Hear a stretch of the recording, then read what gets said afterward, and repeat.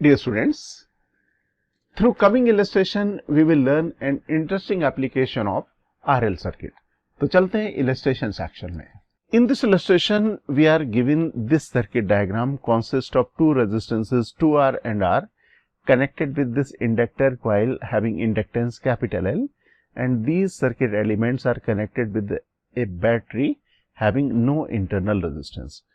ये हमारे पास ideal battery के साथ connected है.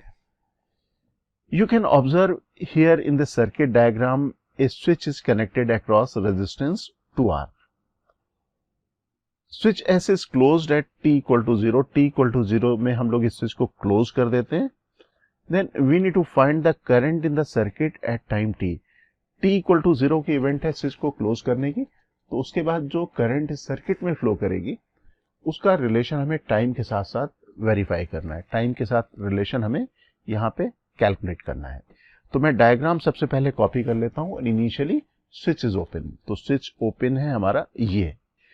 अगर ये स्विच ओपन है तो करंट इस सर्किट में फ्लो होगी. Battery will supply current. Suppose I naught is the current supplied, क्योंकि हम लोग यहाँ पे बात कर रहे हैं इनिशियली स्टडी स्टेट की. और स्टडी स्टेट में भी no inductor coil act as a conducting wire.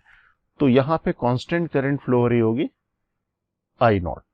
And in this closed loop we can observe the total resistance enclosed is R plus 2R 3R and EMF is capital V. That means initial current, we can say the current just before closing the switch.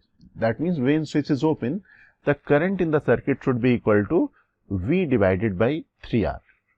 ये हमारे पास हो जाएगा current just before closing the switch, या हम लोग कहें कि जिस समय switch open है. Now at t equal to 0, this switch is closed. इस स्विच को करते हैं हम लोग क्लोज t equal to 0 में. t equal to 0 में स्विच को अगर मैं क्लोज कर दूंगा, then potential difference across this resistance will be 0. और इस सिचुएशन को हम लोग जानते हैं, कहते हैं शॉर्ट सर्किट करना. हमने इस रेजिस्टेंस 2R को शॉर्ट सर्किट कर दिया. अगर रेजिस्टेंस को शॉर्ट सर्किट कर देंगे तो यहाँ पे जो बैटरी करंट सप्लाई करेगी, it will not pass through this resistance. ये इस पाथ को फॉलो करेगी, स्विच के पाथ को फॉलो करेगी, और ये फाइनली अपने नेगेटिव टर्मिनल में करंट लौट आएगी. In this situation we can say total resistance of the circuit is capital R instead of 3R. Now the total resistance of the circuit is capital R. अब resistance हमारे पास हो गया capital R. अब हम लोग यहां पे देख लें कि स्विच को क्लोज करने के बाद just after closing the switch, what is the current flowing in the circuit. Current क्या इतनी ही फ्लो करेगी just after closing the circuit, या चेंज होगी. तो हमें मालूम है कि इंडक्टर कॉइल की प्रॉपर्टी क्या है, फ्लक्स को कांस्टेंट रखना. क्यों कांस्टेंट रखना? Because our inductor coil is having the electrical inertia property. तो जो एक्टिविटी स्विच को क्लोज करने के पहले और क्लोज करने के बाद अगर हम लोग कहें तो उसमें फ्लक्स कांस्टेंट होना चाहिए. इनिशियली फ्लक्स अगर मैं कहूं तो फ्लक्स हो जाएगा इंडक्टर कॉइल के साथ I naught multiplied by L, that is L I naught. और मान लो कि करंट यहाँ पे just after closing the switch is I not dash. तो फ्लक्स अगर कांस्टेंट है तो I naught multiplied by L should be equal to I not dash multiplied by L, या हम लोग यहाँ पे लिख सकते हैं L I naught is equal to L multiplied by I not dash. L और एल यहाँ पे कैंसिल हो जाएंगे, तो I not equal to I not dash आएगा. दैट मीन्स स्विच को अगर मैं क्लोज कर दूंगा तो current in the inductor coil will not change. That means जो सर्किट में करंट फ्लो हो रही है इंडक्टर कॉइल में, वो करंट चेंज नहीं होगी. करंट कब चेंज होती? अगर यहाँ पे इंडक्टेंस हम लोग चेंज कर देते हैं, लेकिन इंडक्टेंस हम लोग यहाँ पे चेंज नहीं कर रहे हैं. That means current will be same. तो हम लोग यहाँ पे कह सकते हैं कि at t equal to 0 current flowing in the circuit और current flowing in the inductor coil is V divided by 3R. अब अगर हम लोग यहाँ पे steady state current की बात करें, स्विच को क्लोज कर दिया t equal to 0, after long time steady state current flow होगी, और जिस समय steady state current flow होगी that time this inductor coil will act as a conducting wire, और यहाँ पे resistance होगा इस सर्किट का again capital R. That means steady state current finally should be equal to V divided by R. तो यहाँ पे स्टडी करंट हो जाएगी V divided by R. That means at t equal to 0, current is V divided by 3R, and finally current is reaching to V divided by capital R. Now we can say current is increasing from V divided by 3R to the value V divided by R. That means we need to find an expression showing the rise of the current from V divided by 3R to V divided by R. और ये relation कैसा होना चाहिए, क्योंकि यहाँ पे inductor coil resistance लगे हुए हैं, तो ये रिलेशन होना चाहिए एक्सपोनेंशियल रिलेशन। तो हम लोग यहाँ पे कहेंगे यहाँ जो करंट है एक्सपोनेंशियली इंक्रीज होगी V डिवाइडेड बाई 3R से V डिवाइडेड बाई R। और अगर हमें यहाँ पे ये एक्सपोनेंशियल रिलेशन ड्राइव करना है तो हमें यहाँ पे किरचॉफ्स लॉ अप्लाई करना होगा। तो ये डायग्राम मैं कॉपी कर लेता हूँ। इनिशियली ये t इक्वल टू 0 की सिचुएशन है। हम लोगों को मालूम है कि एट t इक्वल टू 0 में जब हम लोगों ने स्विच को क्लोज किया the potential difference across this resistance 0, that means यहाँ पे कोई करंट नहीं फ्लो होगी, तो सर्किट को हम लोग यहाँ पे रिड्रॉ कर सकते हैं। सर्किट अगर मैं रिड्रॉ करूं तो सर्किट कुछ इस तरह से बनेगा। एज्यूम कर लेते हैं कि current flowing at any time t is equal to I. किसी टाइम की बात करें, इंस्टेंटेनियस सिचुएशन की हम लोग यहाँ पे बात करेंगे, तो सपोज किसी टाइम t में करंट इस सर्किट में आई फ्लो हो रही है। Current is flowing in this inductor coil from left to right. Inductor coil का रोल क्या है, अपोज करना। अपोज करने के लिए यहाँ पे ये एंड पॉजिटिव हो जाएगा and this and will be negative, और यहाँ पे जो पोटेंशियल डिफरेंस की मैग्नीट्यूड आएगी हमें मालूम है वो फॉर्मूला, वो है L multiplied by di/dt। So here we can write VL is equal to L di/dt, और इसे हम लोग एक बैटरी से रिप्रेजेंट कर सकते हैं, और इसका EMF हम लोगों ने या पोटेंशियल डिफरेंस या वोल्टेज मोस्ट अप्रोप्रिएट कहें L di/dt हो जाएगा।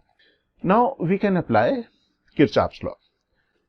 किरचॉफ्स लूप लॉ किसी टाइम t में अप्लाई कर दें। किसी टाइम t में हम लोगों ने करंट यहाँ पे ली हुई है I। अब इस लूप में हम लोग ट्रैवल करेंगे क्लॉकवाइज सेंस में, तो किरचॉफ्स लॉ यहाँ पे अप्लाई करेंगे। क्लॉकवाइज सेंस में हम लोग ट्रैवल करेंगे इस लूप में।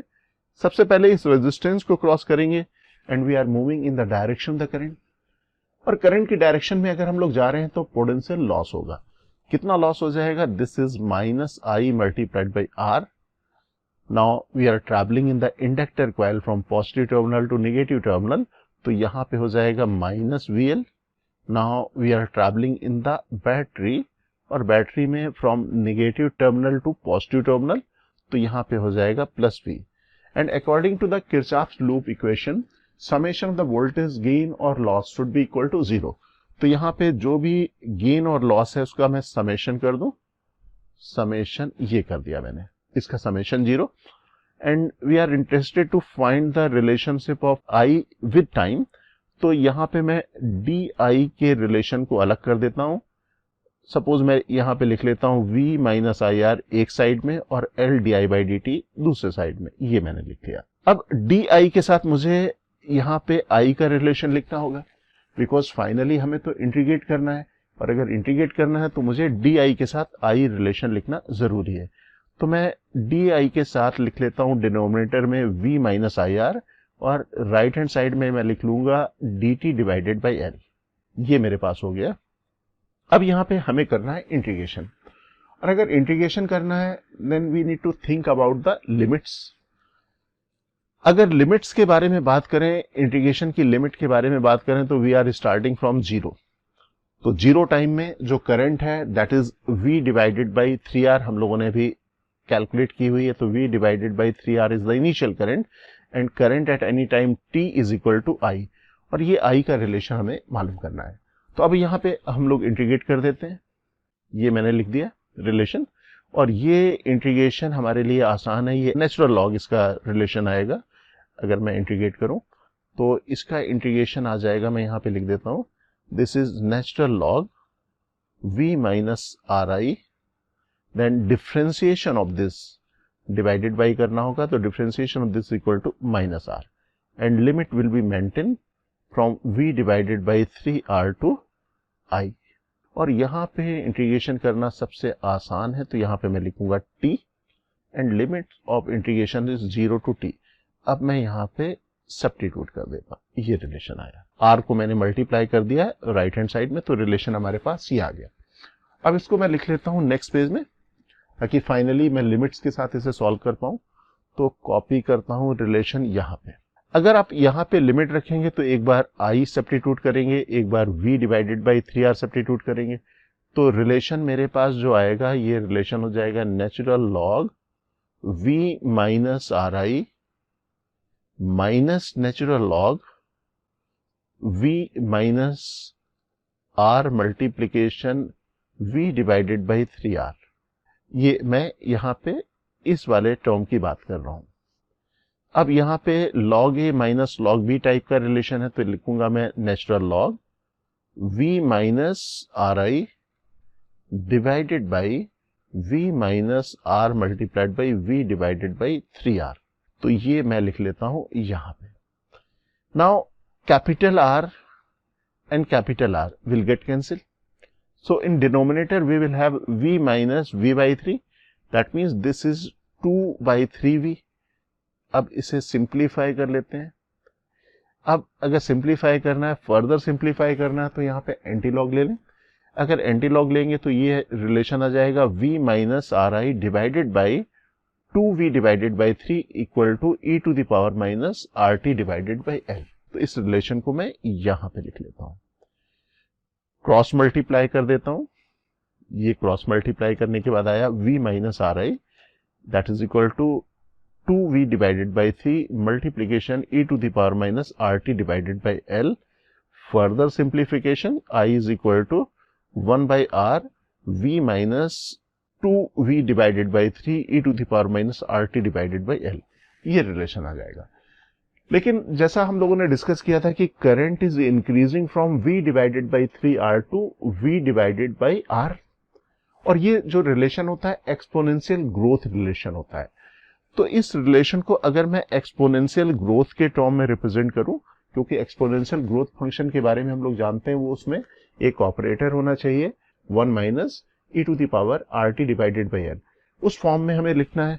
तो ये जो मैंने v लिखा हुआ है, because here is 2v divided by 3, तो मैं इस v को लिख सकता हूं v divided by 3 plus 2v divided by 3 के फॉर्म में, और फिर हम लोग थोड़ा सा रीअरेंज कर लेंगे। अगर मैं यहाँ पे ये जो 2v डिवाइडेड बाई 3 और यहाँ पे भी 2v डिवाइडेड बाई 3 है, इसको मैं एक साथ ले लूं और 2v डिवाइडेड बाई 3 मैं कॉमन ले लूं, तो ये रिलेशन आ जाएगा v divided by 3 plus 2v divided by 3 और 1 minus e to the power minus R T divided by l, और फर्दर रीअरेंज करेंगे तो रिलेशन ऐसा आ जाएगा v divided by 3r plus 2v divided by 3r 1 minus e to the power minus R T divided by l। This is the current in function of time. Mathematically हम लोगों ने यहाँ पे ड्राइव कर दिया। अब हम लोग इसे लॉजिक से सॉल्व करें। हमें मालूम है कि यहां पे जो ग्रोथ होगी वो है एक्सपोनेंशियल ग्रोथ।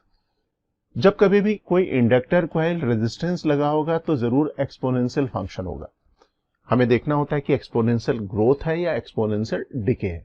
ये हम लोग डिसाइड कर चुके थे, क्योंकि t इक्वल टू 0 पे करंट थी v डिवाइडेड बाई 3r और t equal to long time t tends to infinite में v divided by r। That means ये जो फंक्शन हमारे पास होना चाहिए वो एक्सपोनेंशियल ग्रोथ का फंक्शन होना चाहिए।